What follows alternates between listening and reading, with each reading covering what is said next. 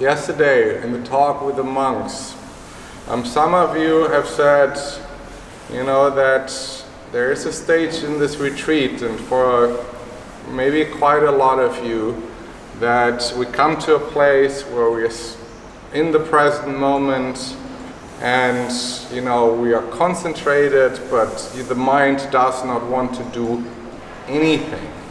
Or like you, Lorena, said, you're noticing pain, and your mind goes to the state where you say, I don't want to feel this pain anymore, I don't want to go there anymore, what is this all about? And then in the evening, Ajahn Samran comes and says, everything is suffering anyway, everything is going away, you're just, everything is just the four elements, water, fire, air, wind. Why do you go anywhere? You can just, go to Vietnam and all you see is just fire, water, air. What's the point? You can even go to France, I've seen films about France. It's just ocean, forest. He can only say that because he wasn't in France. So if you once eat a chocolate croissant or some mousse au chocolat, okay, maybe France, but the rest, forget about it, just stay and, go to the depth of the experience. So, your mind goes like, what is this? Why am I part of this weird Asian masochistic cult? Why do I, fly all the way from Vietnam just to inflict so much pain to my body, just my back and my knees? Why do we do that? Yeah? Why, where is the benefit of just putting so much suffering into your own life? And the reason is that this suffering, what you experience, is a simile, it's a symbol for the suffering you will experience in life and we are experiencing in life.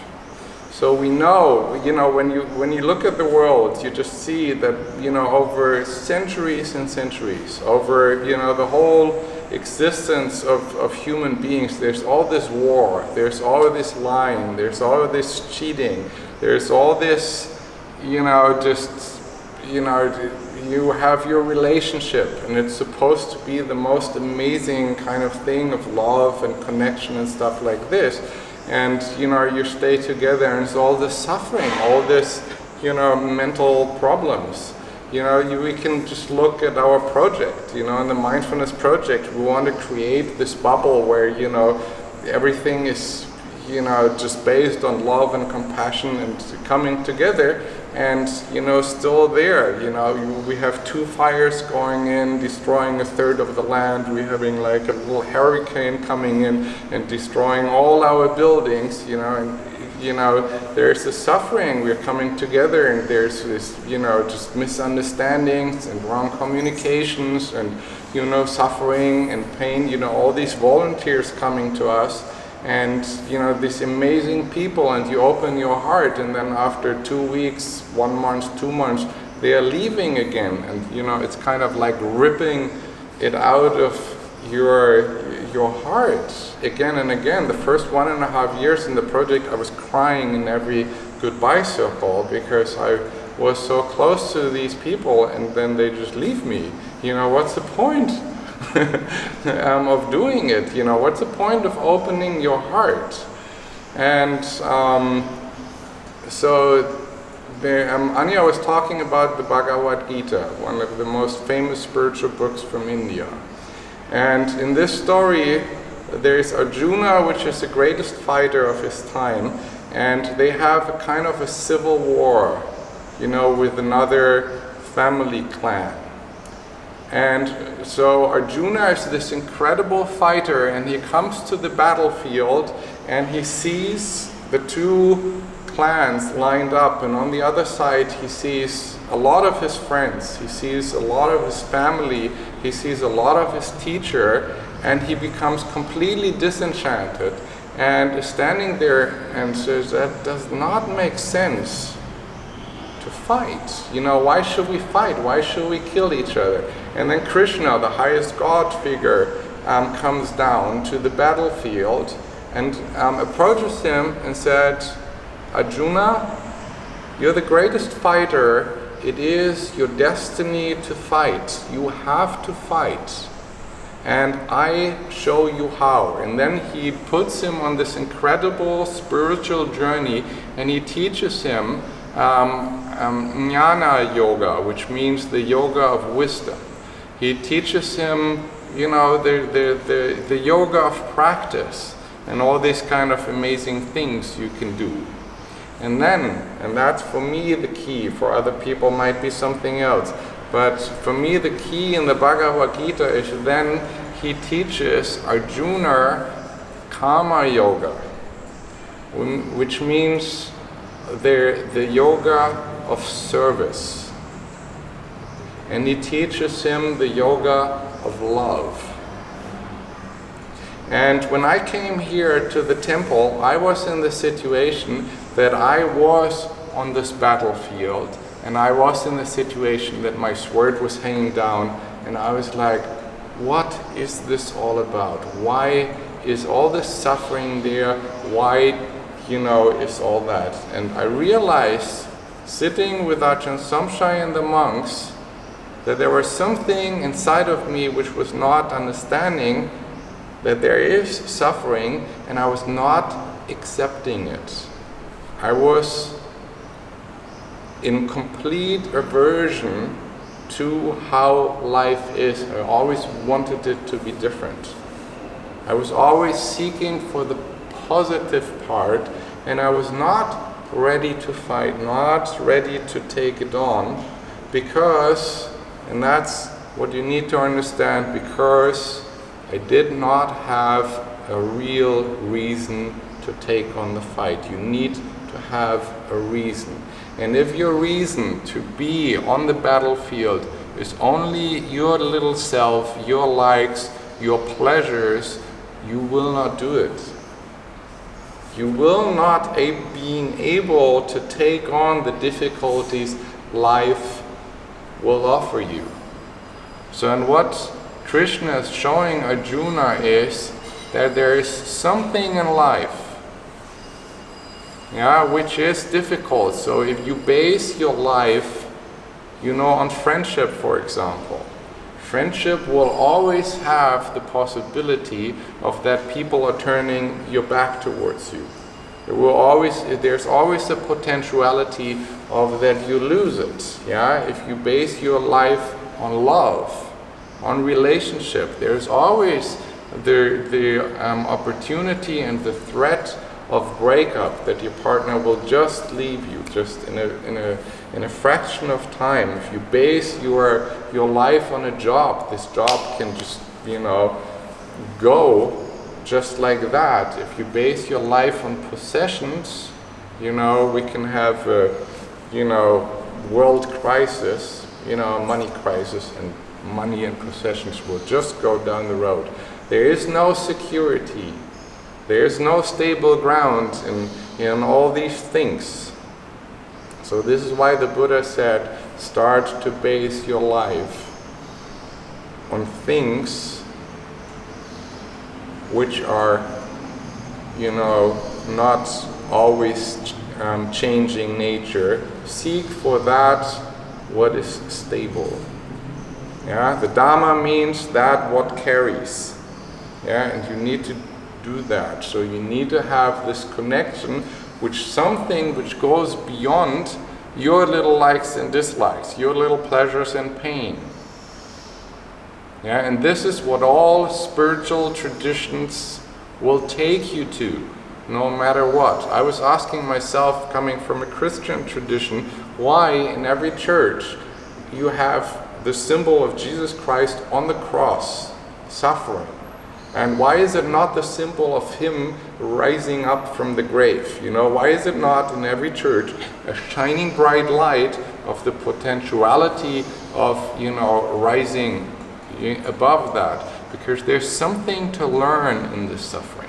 There's something to learn in the art of saying yes to life how it is and not how you would like it to be, and the connection with something which goes above that. And Ajahn Somshai, when I first came here to the temple, he started to teach about love. And he said, Christian, what you need to understand if you really want to understand life is that every living being needs love. Yeah, you can, when a child is born, if you would just put the child and give it food, shelter, medicine, clothes, all the, what we call the basic necessities, this child would die, literally die, because it would not receive love. It's a scientific fact. So in all our cinema films, all our songs, all our desires and stuff like this are in one way or the other connected with love. Even, when we are seeking, a high standard, or if we are, wanting to be somebody in society, it's most of the time just connected with our basic wish to be appreciated and loved by other people. A lot of times we look down on people who, just spend their whole life accumulating things, but it's just the same basic necessity in every human being. And Ajahn Somshai said, if you really realize that we need love, then the only rational act to do in this world is giving love to other people. Again, the only rational act, if you really understand what life is all about, is to give love to other people. Yeah, so, and the Buddhist teachings, and this is why I love it so much, because it's the same than in any other spiritual tradition. The Buddha was asked, what is the end goal of the path? What is, when I really go this path, where do I come to? And he did not say enlightenment. He did not say happiness. He did not say, an eternal bliss or something like this. It's not the end of the cycle of life or something like this. He said it's the Brahma Viharas. And Brahma means God, and Vihara means dwelling place. So what he said is that the goal of the path is to elevate the state of your mind to the divine state. So then people asked him, what is the divine state of our mind? And he said, in Pali language, it's metta, karuna, mudita, and upeka. And these words means unconditional love, compassion for all living beings, joy for the success of other people, and upeka means an absolute equanimity, peace of mind. This is the goal of the path. And you will see that no matter which spiritual path anybody walks, if they really succeed to come up to the end, these are the mind states you will find in this person. Compassion, love, which is not wanting anything from others, a joy for the success of others, and absolute peace. This is why we are standing on the battlefield. This is what we are fighting for, because in everything what you do, in every action, in every word you speak, and even every thought you think, there's a potentiality for deep love and compassion for yourself and others. Yeah, and the Buddha was asked by the monks to give him a protection, because this world out there is a very dangerous place. So, and when he was asked that, he said, I'm going to give you the highest protection possible. And then he was uttering the Karaniya Metta Sutra. I will read it to you. This is to be done by one skilled in aims, who who wants to break through to the state of peace. So this is how you train. Be capable, upright, straightforward, easy to instruct, gentle and not conceited, content and easy to support, with few duties, living lightly, with peaceful faculties, masterful, modest, and no greed for supporters. Do not do the slightest thing that the wise would later censure. Think happy and secure, may all beings be happy at heart. Whatever beings there may be, weak or strong without exception, long, large, middle, short, subtle, blatant, seen or unseen, near or far, born or seeking birth. May all beings be happy at heart. Let no one deceive another or despise another anywhere, or through anger or resistance wish for another to suffer. As a mother would risk her life to protect her child, her only child, even though should one cultivate a limitless heart with regard to all beings. This is so important. This is a mind state of the Brahma Viharas. As a mother would risk her life to protect her child, her only child, even though should one cultivate a limitless heart with regard to all beings. And we can see that what is in opposition to that is all my me, mine, me, mine, me, mine, me, mine. It's my pain, my suffering, my this. I like this, I don't want the aversion. It's this opening to that which is divine in us. With goodwill for the entire cosmos, cultivate a limitless heart. Above, below, all around, unobstructed, without enmity or hate. Whether standing, walking, sitting, or lying down, as long as one is alert, one should be resolved on this mindfulness. This is called a sublime abiding here and now. So this means whether standing, walking, sitting, or lying down, as long as one is alert, one should be resolved on this mindfulness. An unlimited heart for all living beings. Not taken with views, very important, all our opinions about ourselves and others are in the way of developing this unlimited heart for all living beings. Not taking with views, but virtuous and consummate in vision, having subdued desires for sensual pleasures, one never again will lie in the womb, which means will never come back to the wheel of suffering.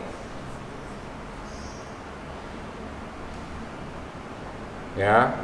So if you're standing on the battlefield and you get disenchanted, remember who you really are and what you are here for. It's what we call in yoga, the yoga of service. And this is what we do in the Mindfulness Project. It's not about us. It's not about, how we feel when people leave. It's the question, what are you able to give? What are you able to just bring into this world? Get away from your what can I receive? But go to the point, how can I serve best? What is my place in the world where I can make a difference to the happiness of other people and not myself? And when you're connected with that, if you just really know that your being here is all about service, it's all about giving, and that we can change the world by giving to it. Then your mind is connected and nothing can even bring you away from that. Nothing can, even shake your happiness, because you know why you're here and what you're doing. Yeah, and you can make the difference every single minute of your life. Yeah, and what the Buddha was talking about, that like a mother would risk her life for her child, her only child, so should you be in regard to other people. We had one moment where in the retreat Ajahn Samshai said, everybody up, we go into the forest, and we'll walk bare feet 7 hours to a forest temple, and there all your friends are waiting for you. Your friends, the mosquitoes, the spiders, the snakes, the cockroaches, they will be all your teachers, and the group was sitting here and everybody got pale. We are doing what? And you can't imagine how much pages of questions. What do we take? What are we doing? When are we doing it? It was boom, like a little bomb in the mind of this very calm people. So, and then we were walking, and one of my friends came to me and said, Christian, I cannot be in the forest. I have the worst aversion against snakes. It just freaks me out. I cannot do that. How long are we going to stay there? I was like, I have no idea, but I guess we are going to sleep there a couple of days. He was like, what? No. This is impossible. I said, why don't you try? Why don't you? Because it's all about facing your aversions, facing your fears, and standing on the battlefield and say, okay, for the sake of love, I'm going to try to overcome my hindrances. I said, we have a car there, we can bring you out anytime, and I promise you that I will make everything possible. If you have the feeling you cannot do it anymore, I bring you out. And he said, okay, I'm going to try. So we came there, and Ajahn Samshai said it was beautiful. It was in the middle of the forest, there was a big pool, and Ajahn Samshai said, okay, just find a spot for yourself in nature and sit down and meditate with nature and try to understand nature. So he did, and he found a little hut, like our little sunset hut in the project, just above the ground, and really nice looking on the nice pool. And then he was meditating, and he was like, okay, I can do it, I can do that. So, and then he couldn't sit anymore, and then he relaxed and lied down. Then he looked into the roof. It was a thatched roof of this little hut. And right there was just in that moment, a green snake was coming out of the thatch, and and he just jumped up, and I saw him running and screaming, "Ah!" So shit. And the first person he met was a monk. And he just met the monk and was like, I saw a snake, I'm so terrified, I need to get out, get me out of here. And the monk just looked at him, smiled at him, and said, oh, don't worry, be happy, and walked off. And he was standing there, and was like, And he said, okay, maybe that's a good advice. Maybe I just try that. Okay, don't worry, be happy. I can do it. I can do it a little bit longer. So then the night came, and we were sleeping like the monks do in the forest with this umbrella, mosquito net around, and then you have a bamboo mat on the ground, and you put the mosquito net. So he was sitting in there. He was not lying. He was sitting in there with his torch.